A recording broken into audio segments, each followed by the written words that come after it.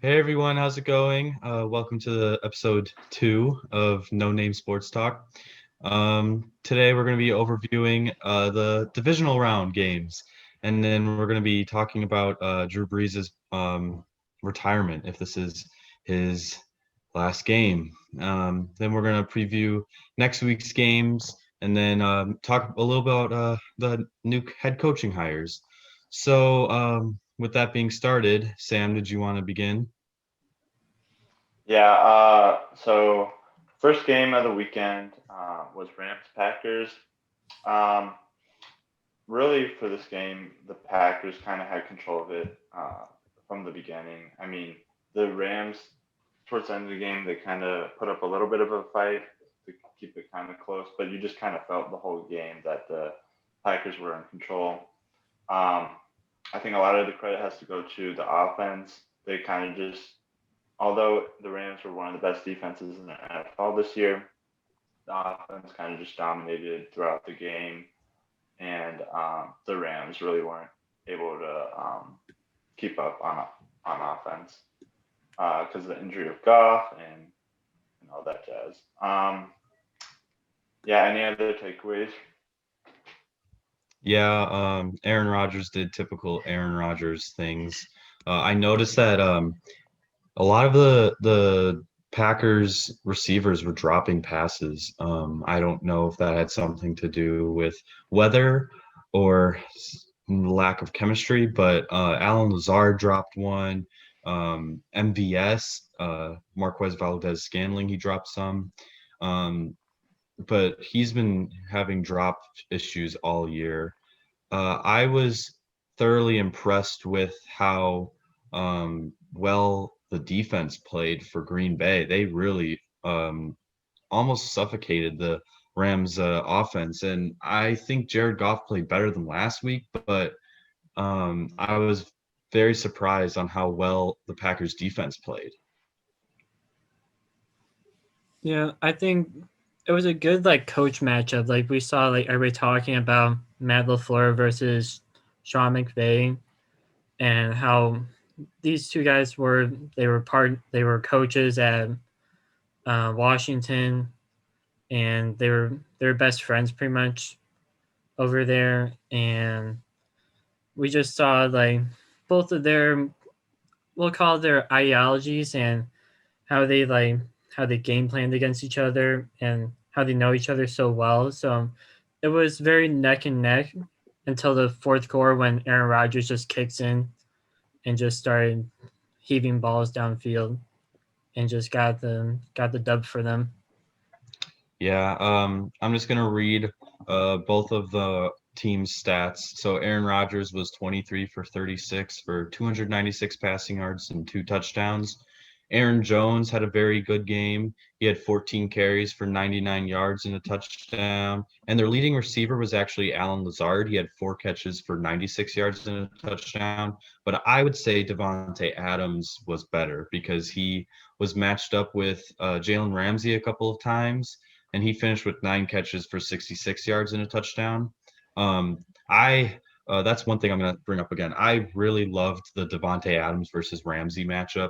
It was a lot more exciting than last week with Ramsey versus DK Metcalf.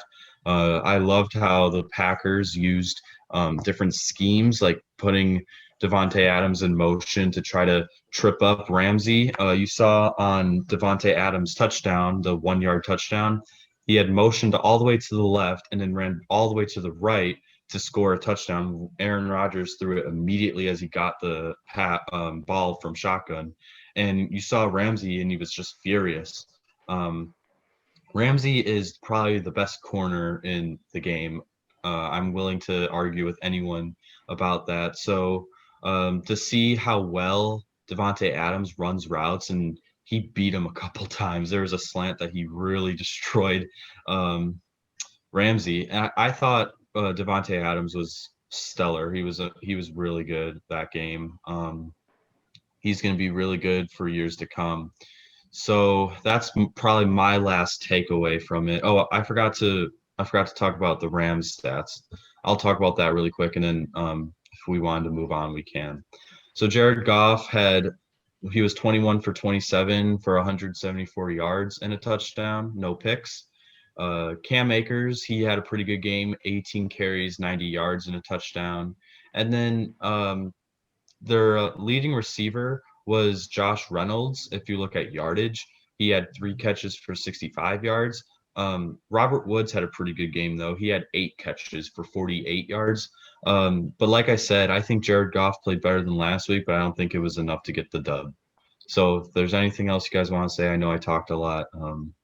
If you want to move on, that's fine. I just wanted to go over the Devontae touchdown over Jalen Ramsey in the red zone. I guess like after the play, you saw like Jalen Ramsey having like a fit after it, and there was some talk that it was supposed to be like a switch off in that situation if Devontae has like motions back over, but the guy never realized it because he was focused on the backfield. So there's just maybe miscommunication with that play as well. Mm-hmm. Do you have anything, Sam? I mean, yeah, you guys pretty much covered everything. I just want to mention one thing about the receivers. Yeah, Devontae Adams has obviously had a great year, probably the best wide receiver this year. Um, I want to kind of throw back real quick to what the Packers did in the draft when they drafted a QB, and a lot of people wanted a wide receiver. There's definitely a lot of valid questions about taking a QB over a wide receiver, especially when you saw Rodgers playing as well as he is. Um, I mean, some people were like, maybe the Jordan Love pick motivated Rodgers to play really well this year. I mean, that could be it, but I think just imagine with Rodgers with one of those one of the first round wide receivers. I think it would make that offense a lot better. Mm-hmm. All right, we can move on. All right, so Baltimore Ravens versus the Buffalo Bills at Buffalo. If this game wasn't as windy as it was, I actually think it would have been a lot high scoring.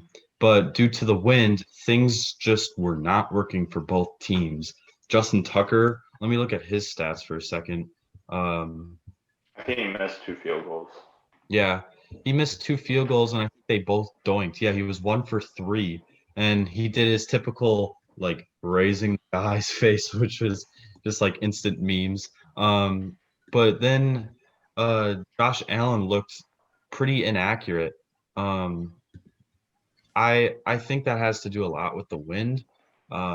Might have to do something with maybe it was nerves or I don't know what it was, but he was 23 for 37 for 206 yards and a touchdown, no picks.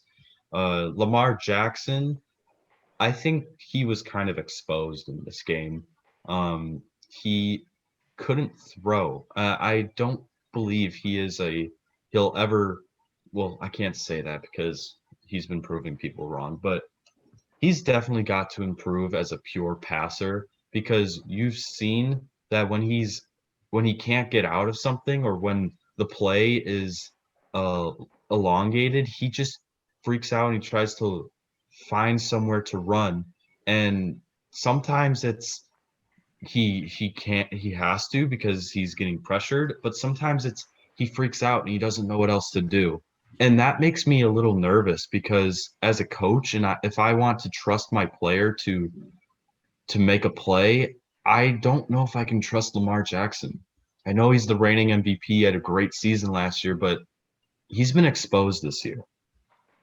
Um, I have some serious concerns. That pick six that he had was ugly. He did not read that underlining defender. I forget his name. Let me see. Taron Johnson, I think. Yeah, Taron Johnson. That interception was amazing, but that throw was not. That's something that he's got to learn, and I think he's got to learn how to read defenses more and be a little bit more patient. I know he went out with a concussion, and no one likes to see injuries. Um, but there's a lot of things he's got to work on in the offseason and for many years to come if he wants to develop. Let me hear what you guys think. Okay, yeah. This was a very odd game. There was a lot of odd things that happened. So one thing I want to talk about is that the Bills came out passing, and that was basically it. I think there was like 20 to or 25 plays where they had um, all passes and then no runs at the beginning. It was something crazy like that. And then Yeah. The Ravens did their thing on offense, which is run a lot. I don't know. I thought that was a very interesting approach. These both these teams are very smart in the way they run their franchises. Here, Um, Sam, if you want me to add on to what you're saying, Josh Allen had 37 pass attempts, and the Buffalo Bills as a team only had 16 carries. So that just shows how unbalanced it was. yeah, and then uh, one another odd thing was that the Ravens were having some center issues snapping the ball. I know there was like 3 or 4 times where it was just an awful snap, and I think the third or fourth time is the play where Lamar Jackson ended up getting hurt and was out the rest of the game. And then on top of all that, there was this strange wind factor in the game. So the announcers were talking about this a lot about the wind. It didn't like you didn't seem to notice it that much, but like the kickers were missing a couple. They each missed a pair of field goals. The Hunters, Josh, the yeah, that the QBs like Josh Allen, his throws were he was not very accurate this game. And you think maybe part of that has to do with the wind. I mean, it was hard to tell at times. Um, I don't think Lamar Jackson played awfully. I don't think he's a great passer in general, but he had some drops. I don't know. This was just a very weird game. I think we were all expecting, or at least I was expecting more of a high score game, where both offenses were really showing all they got in this game. But with like the injuries and the wind, and I don't know, it was very weird. The Bills pulled out on top. Um, it will be a good game next week between them and the Chiefs. Yeah, with the Baltimore and the with the Bills and the Ravens game, there was like reports of maybe a blizzard-like conditions, like 2 days before the game, and instead there's just a little bit of lake effect snow, but you still had like high winds happening. But I want to go back to like before the Lamar Jackson pick six. So I think on that drive they ran the ball like I don't know like seven times and maybe like one pass. But then once they like got into the red zone, I think Lamar threw the ball like 3 times in a row on those goal line attempts, and I just didn't understand why they would do that. Why they would like change everything up, and I think it caused Lamar to get a little bit jittery because he wasn't throwing the ball, and it caused him to make a very silly mistake, a 101-yard mistake to the end zone. And I've always been a big critic of Lamar Jackson because I'm a Steelers fan, but I always like it's because I always see it. He has inconsistencies, and you never really see any of that getting fixed over over the past year. You see them trying to like cover it up with run plays. They've used J.K. Dobbins a lot more. They used a lot more power run plays, and they barely used like Marquise Brown in this game. Marquise Brown only had like 4 catches for 87 yards, and their second player was J.K. Dobbins with 3 catches for 51 yards. And I only think Lamar threw the ball twice to Marquise Brown until I think the other 2 catches were from Tyler Huntley, the backup quarterback, when Lamar got the concussion. But I think Lamar just hasn't turned out very well, and I hope that they can figure out some way to make him a much better pure pocket passer. But I think it's going to take a long time to figure out. yeah, Yeah, I go was ahead. Glenn. today before the episode that if I had an average pure passer or if I had Lamar Jackson and I had to pick who would I want, I might get hate for this, but I'm going to take the average pure passer because I would rather have a quarterback that can throw and I can trust. Like if I'm talking average, 2018 Mitch Trubisky, that's the first thing that came in my mind. I'm just going to say that. I would take that because I can't trust Lamar Jackson on doing any like real reading defenses and standing in the pocket for a while and throwing the ball. Obviously, I'm not trying to say Trubisky is better than Lamar. It's not what I'm saying at all. I'm just talking about a random average passer. I would take Lamar Jackson. I mean, I would not take Lamar Jackson. I'm sorry. All right. Do you want to move on Is to there the? anything else you guys wanted to talk about with this? One last thing. I do want to give credit to the Bills defense coordinator Leslie Frazier. I think he really called a great game against the Ravens offense. I know there was, like I said, some odd things happening in this game, but I think he did a good job overall. Okay. All right, Glenn, I think you want that to talk about Browns versus Chiefs? yep. So with the Browns and Chiefs game that was just on a few hours ago, we saw Pat Mahomes get injured. He got a concussion. I guess the report was when we got wrapped up by Mac Wilson, the Browns linebacker. He tried getting up, but he got dizzy. He couldn't get back up. And he had to get help, and they had to go to blue tent and they go to the locker room. But the game, we had with the Chiefs offense, they started out very hot. I think on their opening drive they scored a touchdown, but they missed an extra point. So they were already off to a 6-point lead, and then the Browns were just playing catch up the whole entire time.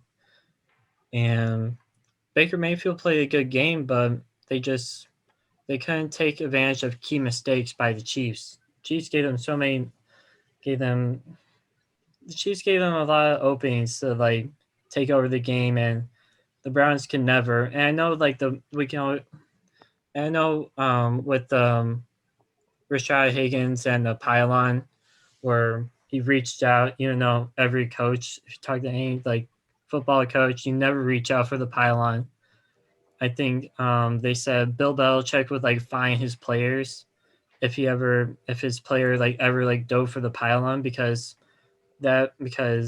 situations like with Rashad Higgins today with him fumbling the ball and then fumbling it into the end zone out of bounds line, it causes the other team to get the ball back at their 20. And it was just a huge mistake. And you could have easily had the ball easily at the Chiefs 1 yard line. And you probably could have punched in with Kareem Hunt, Nick Chubb. And the Chiefs offense, they did good with Chad Henne, who he did pretty good, but it was just like mostly like run plays, just giving off to Darrell Williams. But with his passing, he just wasn't very good. He seemed jittery, just like with Lamar Jackson against Buffalo. But he made the plays that he needed to, especially on that 3rd and long. He made a 4th and inches, and they converted on that 4th and inches with less than 2 minutes, and that's how they won the game. Yeah. I don't want to. I mean, I think this was an entertaining game. A lot of people expected this to be a shootout. I mean, with Mahomes getting hurt and like that pylon play, it didn't end up like that. But I think it was still an entertaining game overall. It kind of reminded me a little bit of the Packers Rams, though, where like you felt the Chiefs had control most of the game. But I do think like the Browns kept it closer than the Rams did, as they had a chance to win late in the game. Yeah,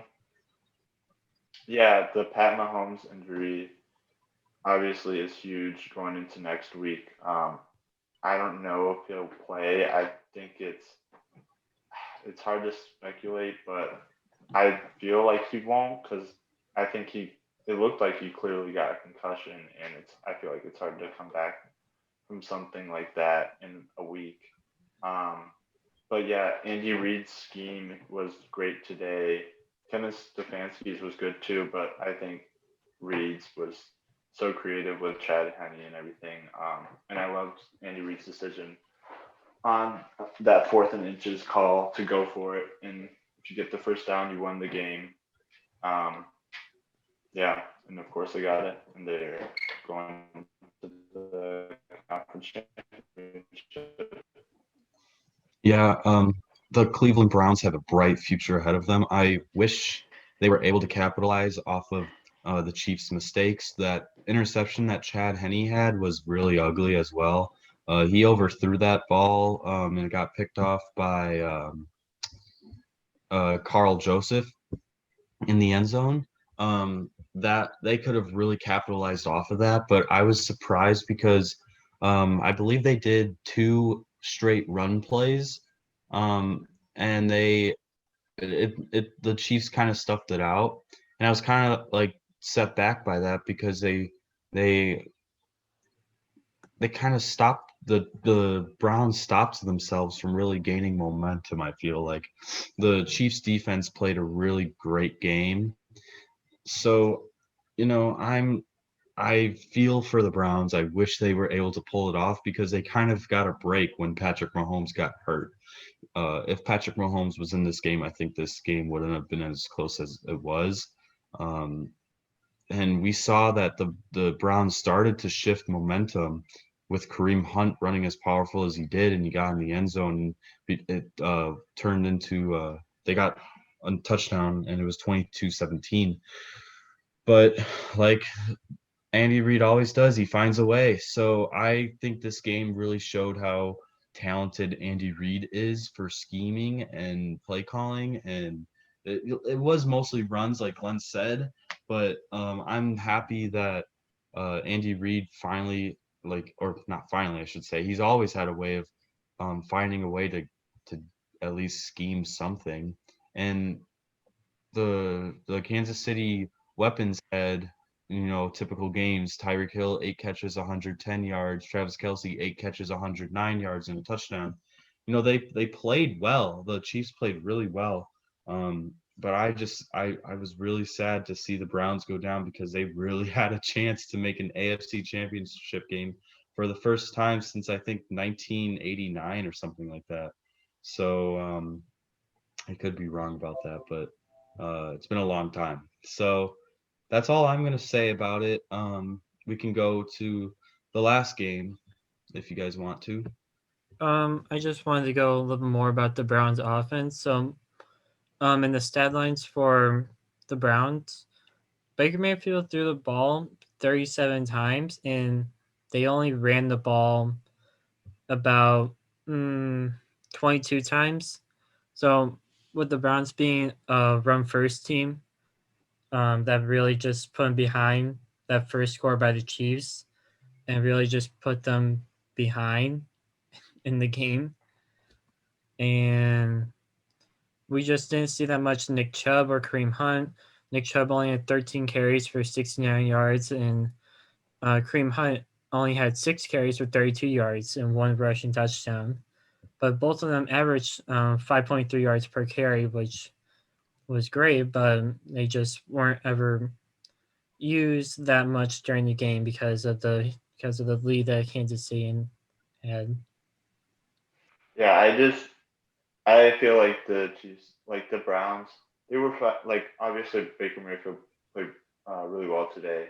I think they kind of stepped up, or they could have stepped up and won the game by throwing the ball. Um, but I think before Mahomes was injured, they the Chiefs were just looking too good, and they got out to a big enough lead where it was too much for the Browns to come back from. All right, next game. Bucks Saints. Before we talk about Breeze's retirement, I think my main takeaways from this game is that um, I mean the Bucks look good. It wasn't. I don't think it was a great game by either team. I know the final score was 30-20, but I just felt like both offenses, which you thought you would see a little bit more out of. The Bucks ran. I can't remember how many times they ran, but they ran Leonard a lot. Leonard Fournette, 17 carries. Ronald Jones had 13 carries. I think that's kind of ridiculous with the weapons they have, and Tom Brady. Tom Brady's playing really well. I mean, in this game he didn't play as well as he's been playing, but he's still playing really well. And Antonio Brown, Mike Evans, Chris Godwin, the rookie Tyler Johnson, Scotty Miller, and then Gronk, Cameron Bray. Even I just think this has to be a pass first offense instead of a run first offense. Um, and that just didn't make sense to me. They ended up getting the victory because of um, Breeze didn't play great. Um, but yeah, So, yeah, Breeze had a really bad game. He threw 3 interceptions and he made pretty non-veteran mistakes, I think. Um, there was miscommunications on some of them. There were bad throws on some of them. And then what happened is the Bucks just capitalized off of the mistakes of the Saints. That's pretty much how I think they won this game. The defense for the Bucks really showed out today. Um, Drew Brees was 19 for 34, 134 yards, a touchdown, and 3 picks. And then Jameis Winston and the Saints stole the Bears play. That one play that Jameis Winston had, that was pretty much the exact same play that the Bears ran last week if Javon Wims had caught that. But this time it worked. So that was a little salty if you're a Bears fan. Alvin Kamara had a pretty good game. He had 18 carries, 85 yards. Other than that, I was kind of disappointed by how the Saints played on offense. I was really expecting the Saints to do something more. They were in this game until Breeze's last pick, I feel like. They had every chance to march down the field and score and make it a lot closer. I thought the Saints defense played well. I thought they couldn't really stop the run, but they were really holding down Tom Brady in the past. Maybe that's why they decided to run a lot more, because the run was working a little bit more than the pass. Because I do agree that Tom Brady has played well this year, but he didn't play very well in this game. So both quarterbacks didn't really play well. They had to kind of rely on the run. I think the Bucks did more than the Saints. If you want to hear Brady's stats, he was 18 for 33 for 199 yards, 2 touchdowns, and no picks. Leonard Fournette, 17 carries, 63 yards, and then Ronald Jones, 13 carries, 62 yards. Ronald Jones was limited, but he looked pretty good. That's just also one thing I want to say. Yeah, I mean, Devin White was fantastic today. Like I said, defense showed out. I know I'm kind of jumping all over the place, but um, yeah, we might have just seen Drew Brees' last game. Yeah, I just want to go over the Buccaneers offense with Tom Brady. I think we just saw like the good old New England offense where he's mostly just dumping off to the running back. I mean, Leonard Fournette in this game had 5 catches for 44 yards. That was the most catches on the team, next to Cameron Bray with 4 or Chris Godwin with 4 catches.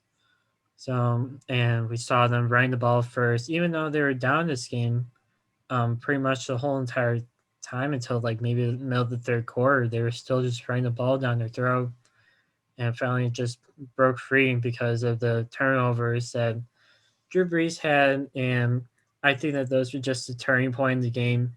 If Drew Brees doesn't throw those turnovers or Jerry Cook doesn't fumble that ball, then the Buccaneers offense doesn't have the ball in New Orleans territory. I think on three of those, 3 of the score, 3 of the touchdowns, they were all and they all started in in New Orleans territory because of the turnovers by Breeze, and that just really just buried them and made them have to come from behind.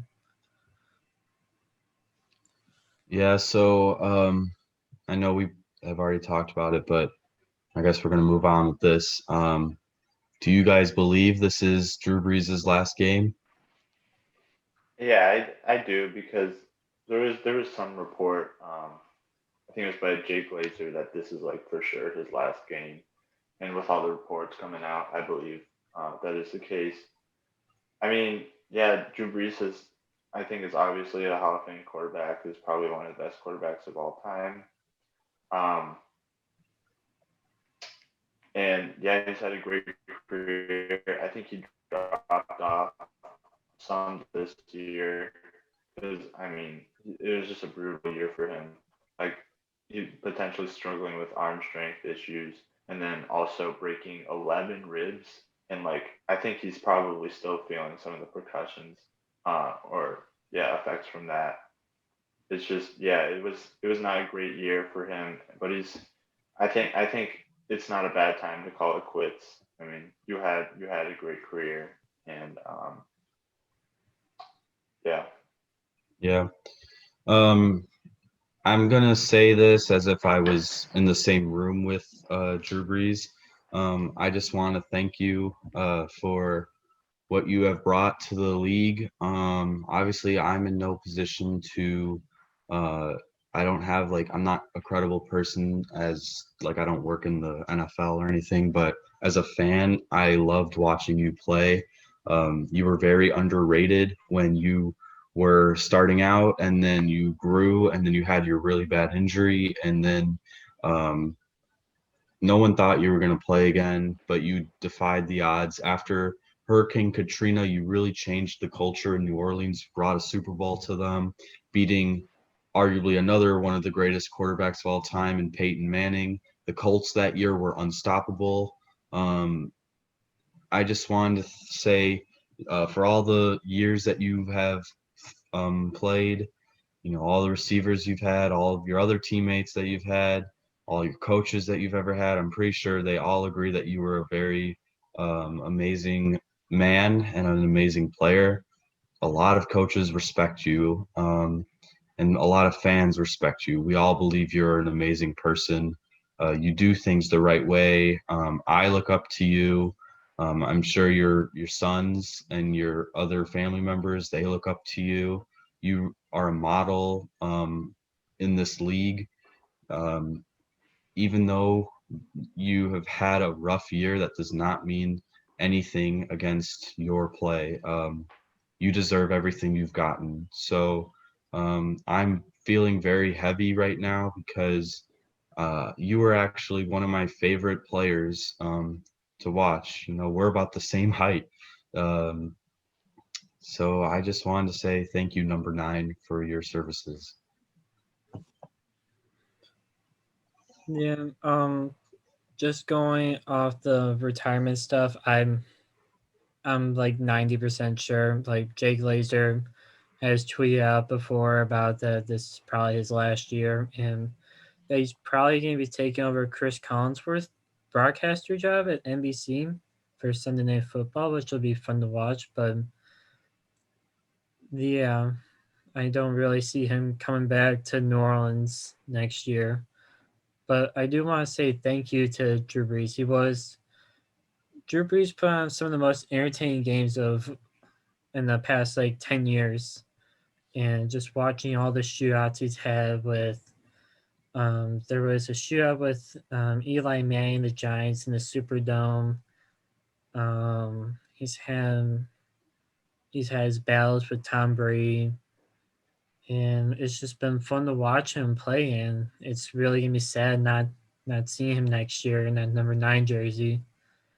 And I just can't really imagine seeing another quarterback playing for New Orleans, even though I've seen Taysom Hill and Teddy Bridgewater take snaps under center for them for the past 2 or 3 years. I just want to thank number 9 also for being such an inspiration to all of us and letting us watch him and be probably one of the best quarterbacks in this league. All right. With that being said, did you guys want to preview next week's games? Yes. So we'll talk about the NFC game, NFC Championship game first. So that'll be between Aaron Rodgers and Tom Brady, another History Channel classic between two of the oldest quarterbacks in the league right now. And it'll be in Lambeau Field. It's going to be very entertaining to watch. I'm not sure who's going to win right now because Tom Brady's used to playing in the cold. Aaron Rodgers has played in Lambeau his whole entire career. It's just going to be a very interesting game to watch, and I'm very skeptical on who's going to win because it's just so 50-50 between these two QBs and these two teams and coaching staffs. Yeah, I think if I had to pick, I'll pick the Packs to win. The Packers to win because I said this earlier, but if the Bucks come out running 30 times against the Packers, they're not going to win this game. The Packers, I mean, unless it's a blizzard there or whatever, the Packers have been so great on offense this year. Bucks have been great at times, but never consistently great. The Packers, the best quarterback this year, probably the best wide receiver this year. I mean, it's just I think if the Packers just stick to their offensive game, they'll win unless the Bucks really put up a fight and they go pass heavy. I think that's honestly the only way the Bucks can win is if they throw more and maybe get a few turnovers on defense because I know their defense has been pretty good. Yeah, I'm gonna say the Packers win again. I'm a Bears fan, but I think the Packers are one of the best teams in the league right now. Clearly, they are the number one seed, so they are the best in the NFC. I think the Packers have a home field advantage because they do play in Lambeau and it is cold and Tampa Bay is really warm, obviously. So I think Aaron Rodgers will do Aaron Rodgers type things. I think Tom Brady is going to have to obviously pass more, like Sam said. I think the defense for the Bucks need to step up if they want to do anything to stop Aaron Rodgers. I'm not sure exactly how you can stop Aaron Rodgers. Nobody has really figured that out. I guess maybe the only way you do that is you blitz him. I think when the Bucks and Packers faced off in the regular season, the Bucks, I believe, blitzed 46% of the time, and they dominated that game. So maybe you blitz a lot, but I think that game was just an off game for Aaron Rodgers and that entire offense. They look unstoppable. So I'm going to give this one to the Packers, and congratulations to Aaron Rodgers. You're probably going to make another Super Bowl. And I'm still stuck here as a Bears fan waiting for my quarterback. Yeah, Brother. I think in the matchup between both teams, I would have to favor the Packers because even though the Bucks have a great rushing attack, I think Packers have like two great backs as well in AJ Dillon and Aaron Jones. Even though I don't know if AJ Dillon's still injured or not, but if he plays, then I think the Packers win. I think they take control of the game. I don't really see how the Buccaneers, with how they play, would be able to come back against Aaron Rodgers, especially with Tom Brady, and um, they never really throw the ball to their wide receivers very much. It's mostly dink and dunk now with their offense, but I just there is a chance, but I'm not really giving them a very big chance. So I think Packers win. by 2 possessions. All right. Now we have the AFC with the Chiefs and the Bills. So, Sam, did you want to start talking about that? See what you think about that game? Sure. I think a lot of this depends on if Patrick Mahomes is able to play. I think the Chiefs will probably be favored if he is playing, but if he's not, I think the Bills might be favored. The Bills, I think, if since Mahomes is injured, I think the Bills might be a hotter team right now, in terms of the media and the public. Um, the Bills, like we said earlier, they didn't have a great game last week. Um, there's weird things happening, but I think these are two great teams. Even if the Chiefs, I would pick the Bills if Mahomes is not playing, but if he is playing, I would pick Mahomes because I think you can't, even if Mahomes is still injured a little bit or not totally 100%. I think anytime you have Mahomes in like this close of a battle, even though Josh Allen's had a great year too, I think you got to take two very smart teams. Um, I think this will be a great game, even if Chad Henne is the starting quarterback. I think the Chiefs can keep it close, but I'm not sure if they will. Yeah. I wanted to ask if this is possible with the league rules and how concussions work. Let's say Patrick Mahomes is cleared. He clears the concussion protocol. Are the Chiefs supposed to announce that he's cleared? Like, is that a regulation, or are they going to do something like what most teams do? Is they want to keep their opponent guessing? Do you think the Chiefs won't tell the announce who's going to be starting to try to confuse the Bills? But if it's a necessity and they have to, what do you guys think? That's a good question. I believe the they are supposed to say if he's cleared the protocol or not, but and I think that would give away if he's playing. But I don't think they have to give any other information out. I think they could still say he's questionable. Yeah, they could say he's cleared protocol, but say he's questionable. If he is questionable, I would say like a 70 to 80% chance that he plays. In terms of if he can clear protocol, that concussion looked pretty bad. We've seen players have concussions, but they end up coming back in about a week. We've seen that before.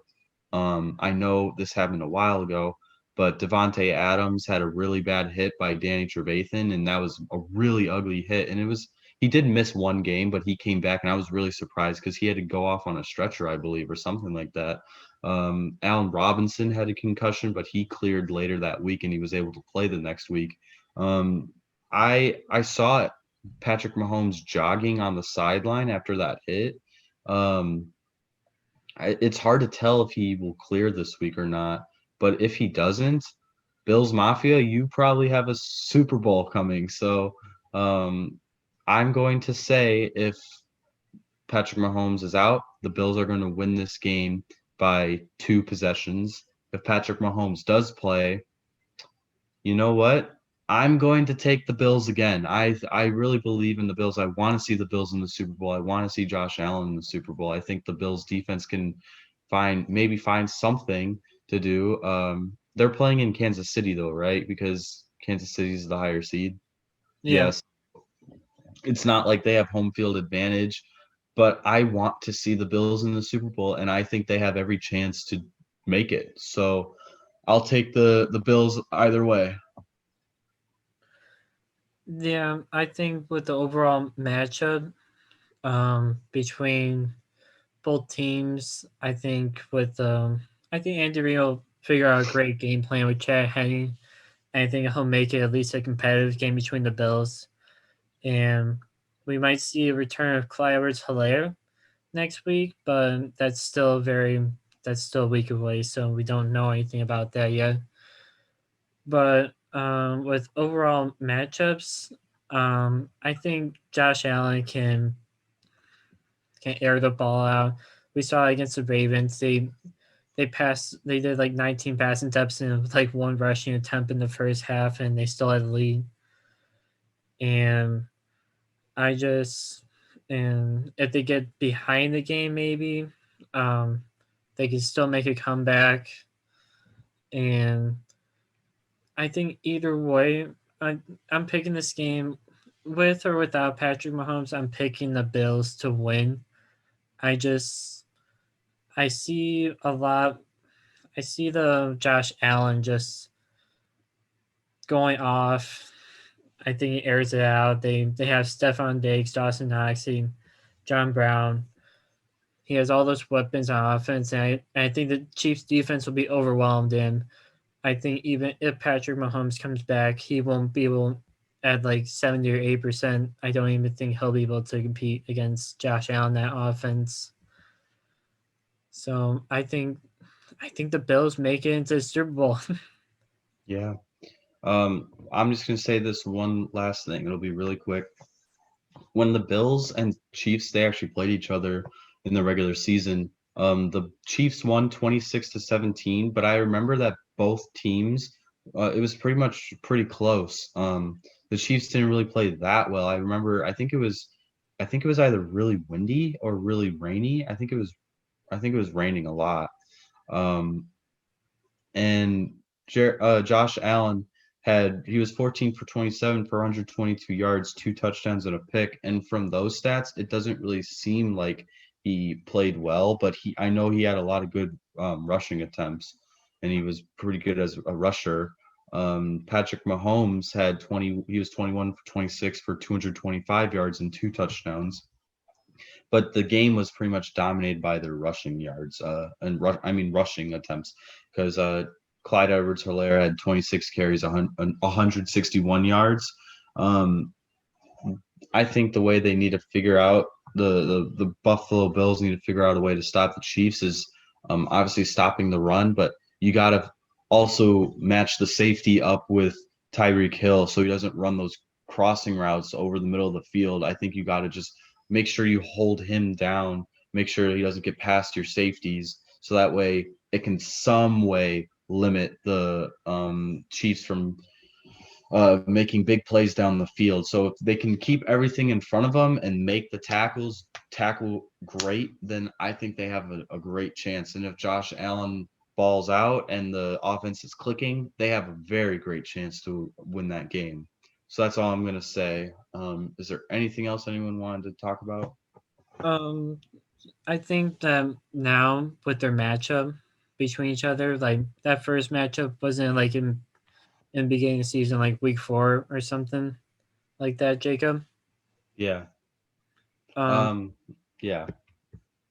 so I think the Bills have meshed more together because in the beginning of the season they had no preseason games. They only had training camp together, and that was about it. So I think they've meshed a lot better. I think in the beginning of the year you saw like how experienced Kansas City was and how they can dominate the game. But I think now with them being more together, we can see Josh Allen go off against that Chiefs defense, and I think the Bills will win. Yeah, and no disrespect to the Bills. They were 4-2 when they played them, and the Chiefs were 5-1. So they were basically almost the same team in terms if you just look at the records. They were both very good.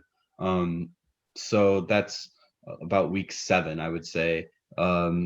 6 games of chemistry, and then the whole season left that they had. And I think their chemistry bonded more and mixed well.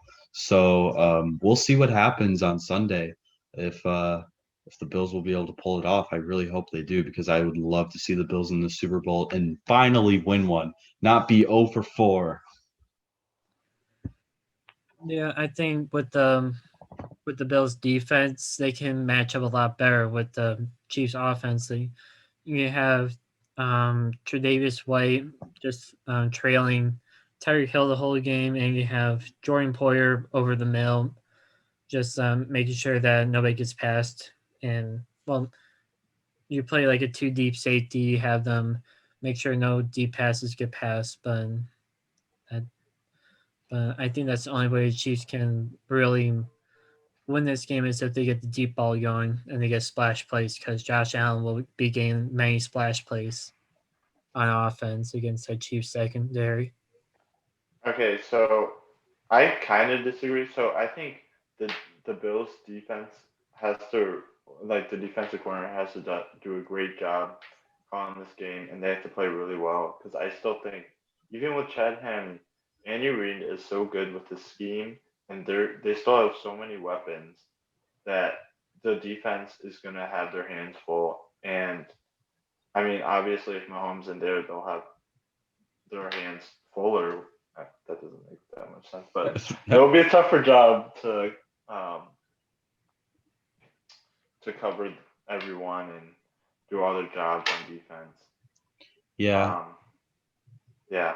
So I think even if Chad Henne plays, it should be it could be a close game. I think the Chiefs still could pull it off. Yeah. Okay. This is very minor, but Drew Brees has stated that he will give himself time to think about the season. Um, I'm pretty sure his decision will come maybe mid off season or even maybe early off season. That's just something I just got a notification about on ESPN. I know this has been basically an hour, but did you guys want to go through some of the new head coaches that have been hired? Just like real quick, maybe like your favorite hire, your least favorite hire, and why, or just like a quick thought or something. Yeah, I'll just go really quick. My favorite hire would be the Urban Meyer to Jacksonville. They got their guy, and with getting Trevor Lawrence, that's going to be really cool to see because you'll probably see a lot of offensive schemes that are from college. My least favorite hire, I'll get back to you on that. You guys go. I'll get back to that because I have to look to them. Yeah. I'll go real quick. I think my favorite hire is probably the Arthur Smith to the Falcons, and here's why: the Falcons are still like have a lot of good players on offense, and if they can have like a good scheme, um, they could really take off as a like great offense. Matt Ryan's still playing pretty well. Um, they have weapons, all that. But one comment I wanted to make: I feel like it's so important in the NFL to have a good offensive coach, whether that be a coordinator or head coach.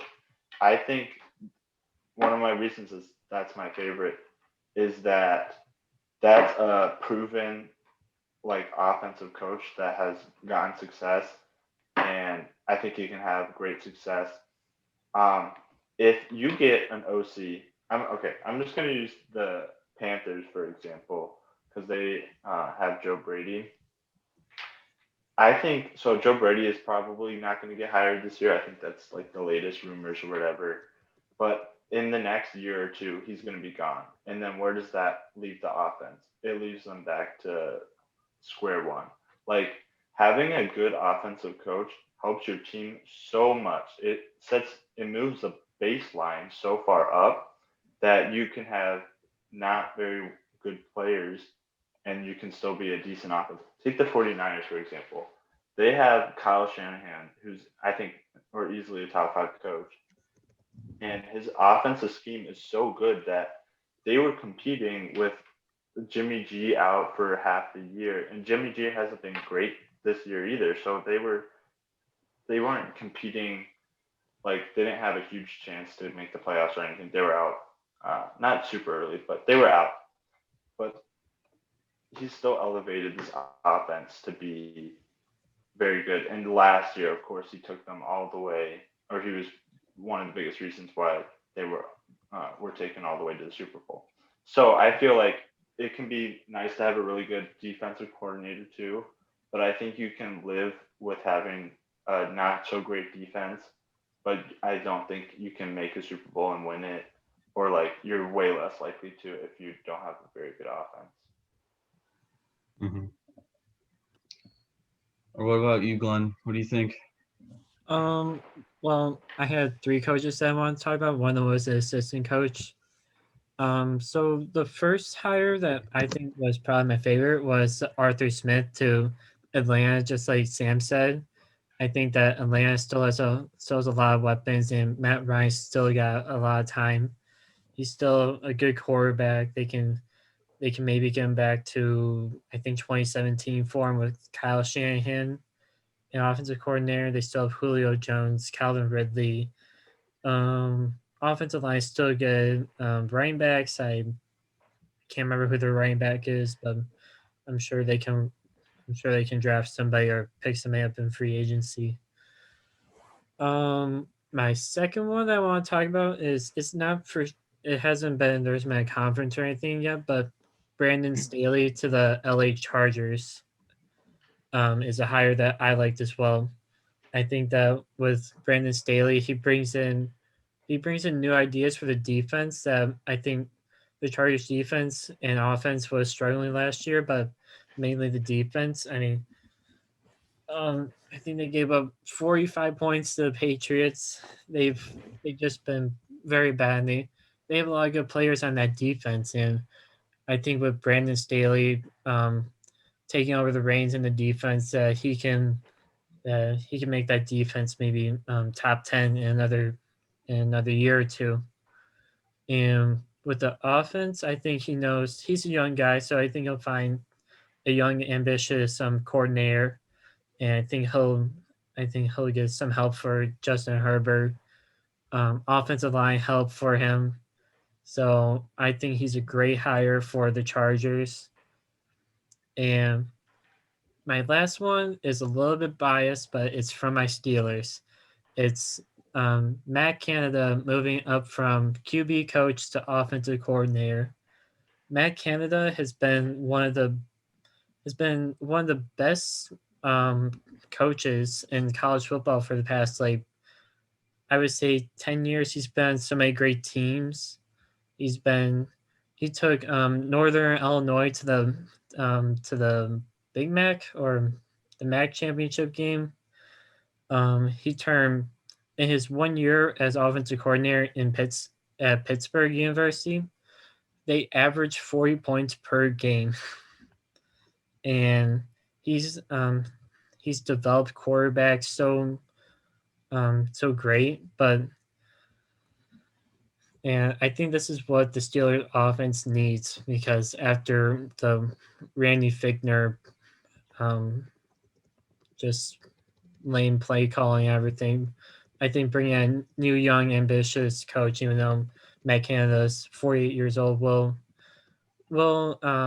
make this offense for the Steelers a whole lot better. And I think he has a lot of creative play calling. If you guys want to look at some of his play calling, I would say go back to 2016 Pitt highlights. He has some very crazy plays, like offensive line screen passes. It was just it was just very cool to see how he incorporated jet sweeps and fakes to get the run game going and using lots of motion as well, which is something that many offensive coordinators have been incorporating into their offense over the past 5 years. All right. So, I guess like I said, I was gonna get back to you guys. I would not really say there was any head coach that I disliked. I mean, we all never really gave one that we would hate the least.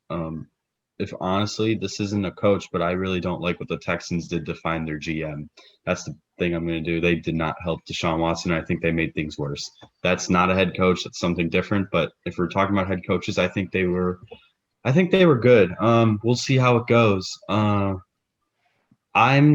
think I've said everything that I needed to for this episode. Let me know if you guys want to Yeah, say anything else. one last thing. I think Eric Bieniemy. I'm not sure if he's going to get hired, but I think these last 2 years, he's really should have been hired. He's had so much Hmm. success in Kansas City, and yeah, I just don't understand why he's not being hired. I've heard some like, oh, he's not been terrific in interviews, and I'm just like, well, he's had so much success there that you got to take a chance on someone like that. I Um, know, sorry, I know that this has happened before, but you can't technically hire a coach until he's done with the season. So maybe teams are not even interviewing him, but I don't know why that would happen. That would be really foolish of them. That's a very curious thing to look into. If you know, is there anything else you wanted to add, Glenn? What about Eric Bieniemy? I really, just like Sam, I really have no idea why nobody's looked into him or really like taken time to like see if he can be somebody's like next head coach. It's very um weird, I guess, because of how great the Kansas City offense has been and how many head coaches have been hired from the Andy Reid coaching tree that you wouldn't take a shot on Eric Bieniemy. I mean, there's still some coach openings. I think there's still one more with the Eagles. I don't know about any other teams that have any open spots now. Yeah, there's a few openings left. I know he's been interviewed a few times, and he still may be hired. But I just like the latest rumors is like he's probably not going to get hired. Um, but yeah, I think that's going to do it for us this week. Just a couple things looking ahead into the future. Next week we'll probably recap the games from that weekend and maybe do a light preview of the Super Bowl. Maybe talks about some more, maybe some draft stuff, and maybe there'll some probably other, be a lot more head coaching hires probably. yeah, stuff like that. And yeah, we're still figuring like how we want this podcast to be structured a little bit and like when we will record. Um, but I'm sure once the season's over, we'll get into maybe recapping the season or looking ahead for each division or something like that, or um, like maybe doing like a mock draft between the three of us of the first round. Yeah, that'd I be don't know. cool if we made mock drafts. That'd be awesome. Yeah, we'll try to keep it interesting, and maybe make the podcast a little shorter. I know we just go and ramble on about this stuff. I don't know. It's fun to talk about. Anyways, that's gonna do it for us. I'm Sam. Jacob. There's Jacob. There's Glenn.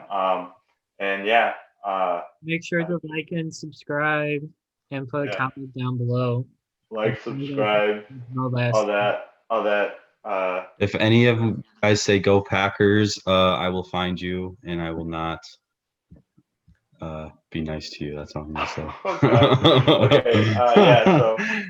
So have a good week, everyone. Stay healthy, happy, all that jazz, and we'll see you.